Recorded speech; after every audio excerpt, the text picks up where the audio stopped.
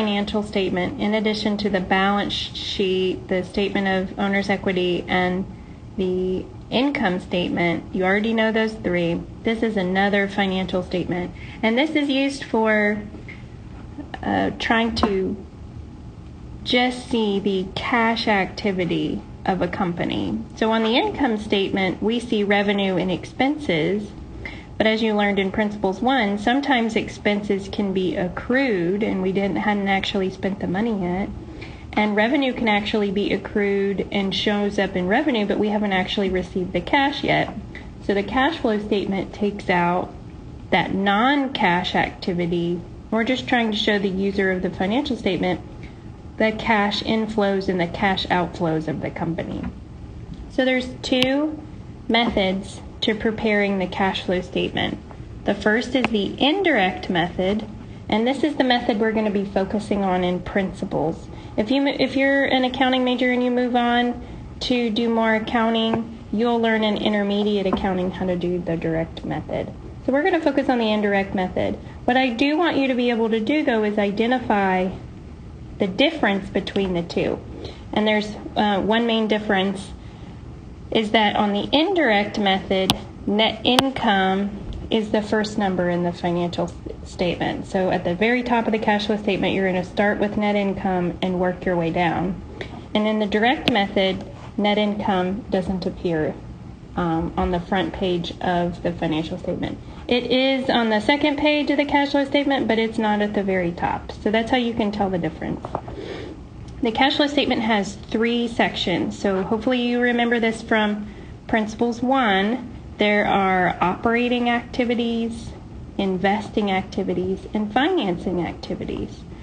So once you know the difference between those three activities, you will assemble your financial statement. So it looks like this.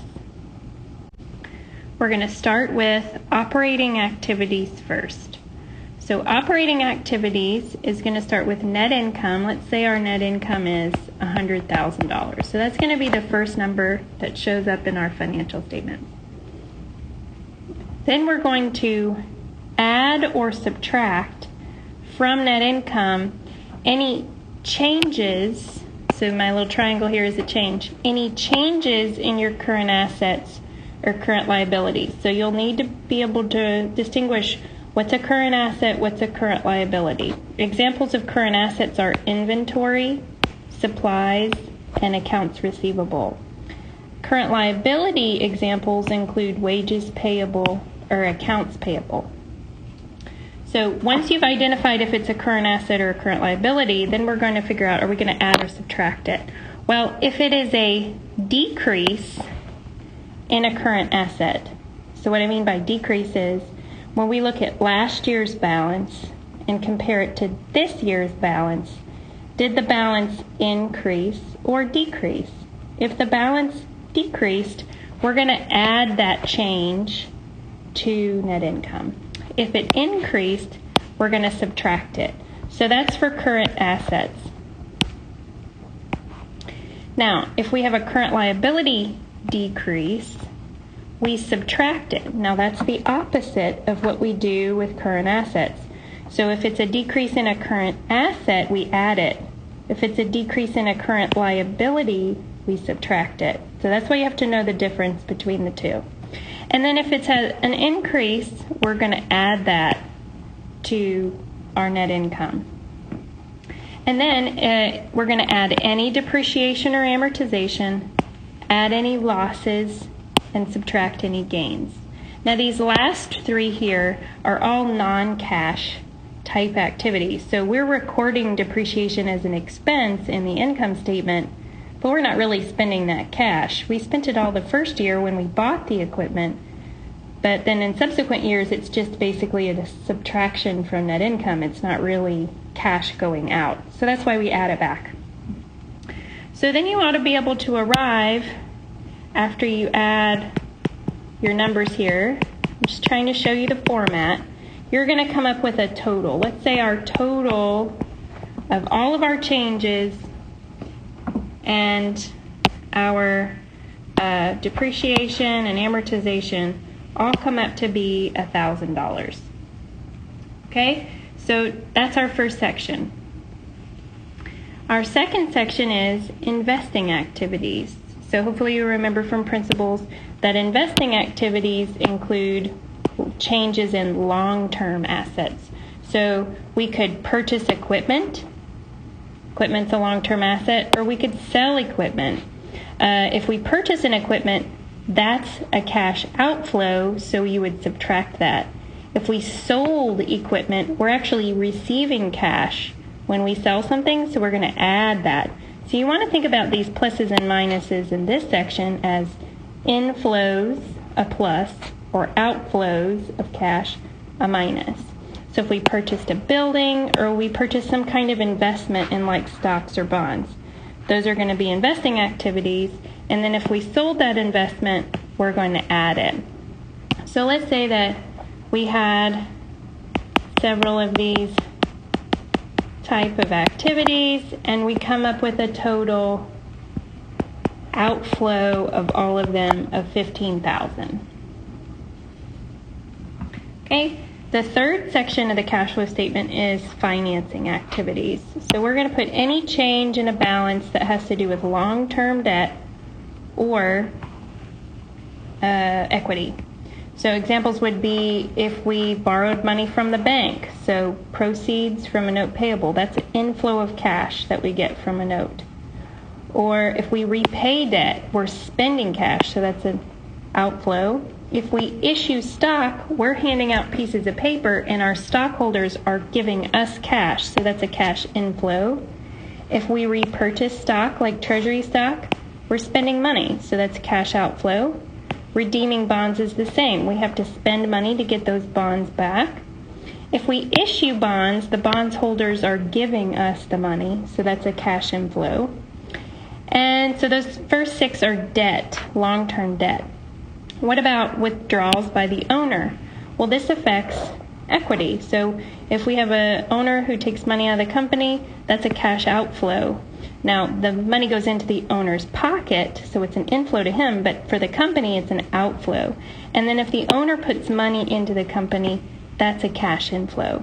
And then if the company pays dividends, that's a lot like a withdrawal, cash outflow. So we're going to add all those numbers up, and we're going to come up with total financing activities, let's say $6,000.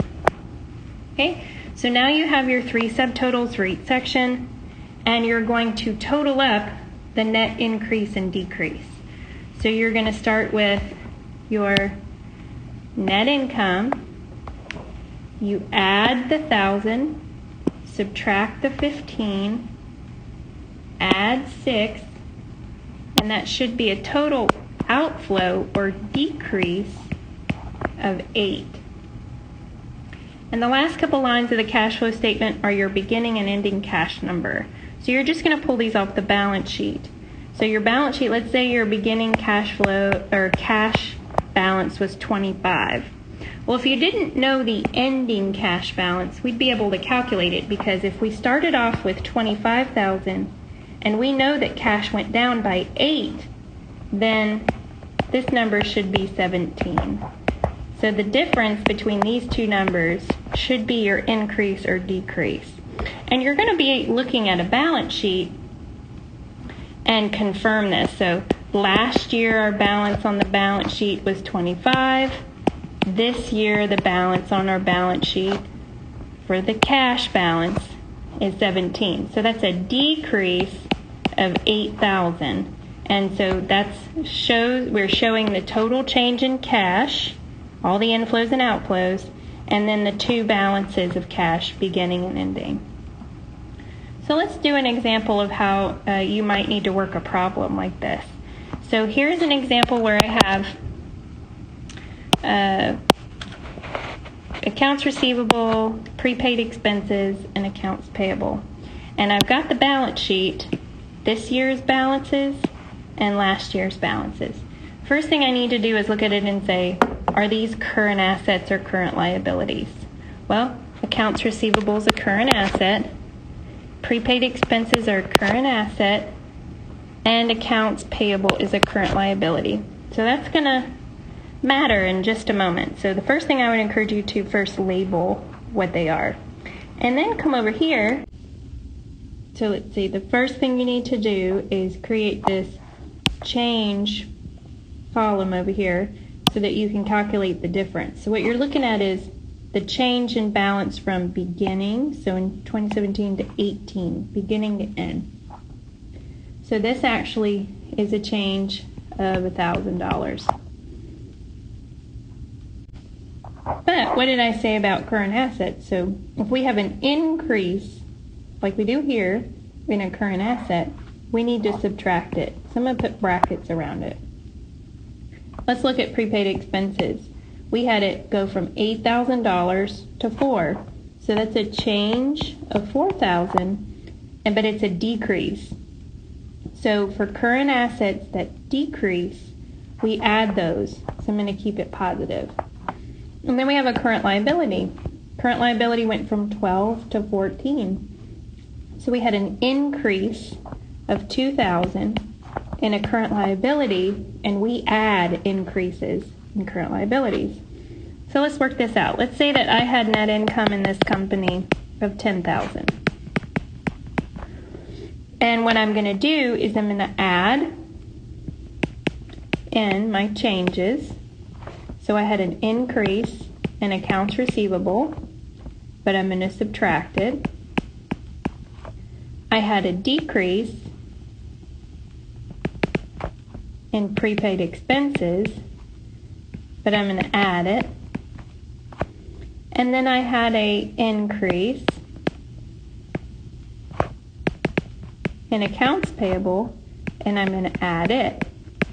So when you total all of these up, it's a total inflow of $15,000. And this will be your subtotal for the operating section. Net cash from operating activities of 15. So let's do a longer example. So here is a company, they have net income on the income statement of $378,000, and they have depreciation of $112,000. Those are on the income statement. On the balance sheet, we've got beginning balances and ending balances. What we need to do is first determine, are they current assets or current liabilities? Well, these first four are current assets, and these last two are current liabilities. Let's calculate the change. Well, the difference between cash here is $6,300. But I'm going to put a star by it because if you'll look up at the cash example or the cash flow statement that I showed first, cash, the change in actual cash, comes up at the very end of a financial statement. So don't be tricked here by this change in cash, because you're not going to include it in the operating section because it goes down at the bottom of the financial statements. You are going to include these changes though.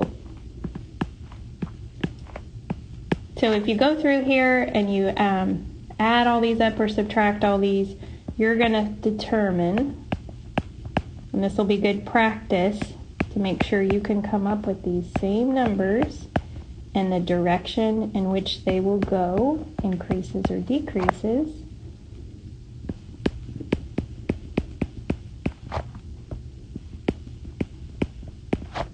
$1,350.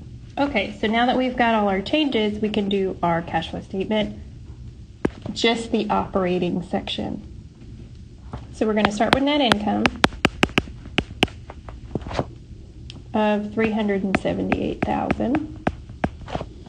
We're going to add in this wording that's in every cash flow statement. It's kind of long, but it's indicating that we're going to make some adjustments that are on the balance sheet in order to reconcile net income to the cash flow from operating.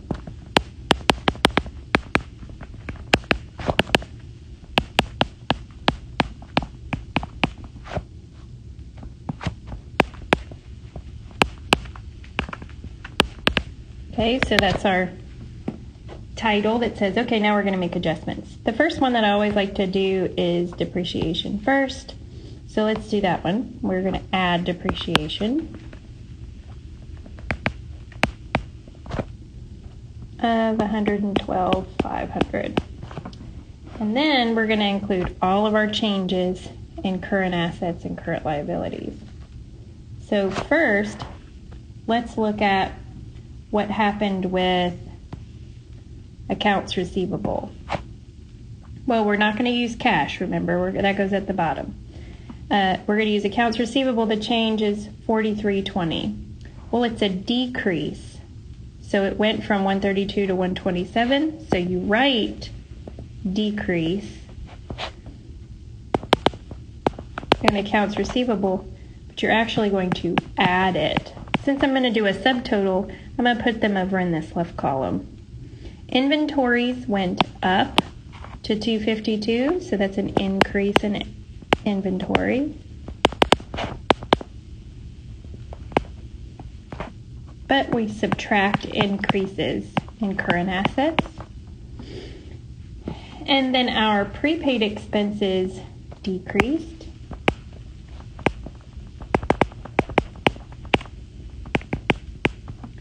So we're going to add it.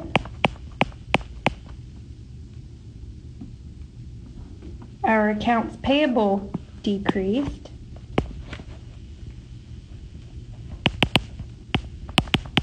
So we're going to subtract that. And our income taxes payable increased.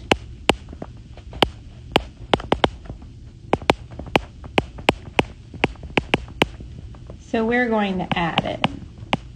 And once you do a subtotal of all of these 5 changes here, you're going to come up with 24,390 as a subtract. And then you could total up the whole financial statement. You're going to say net cash flow from operating activities, and you'll add net income, depreciation, subtract the total change, and you'll get 466,110.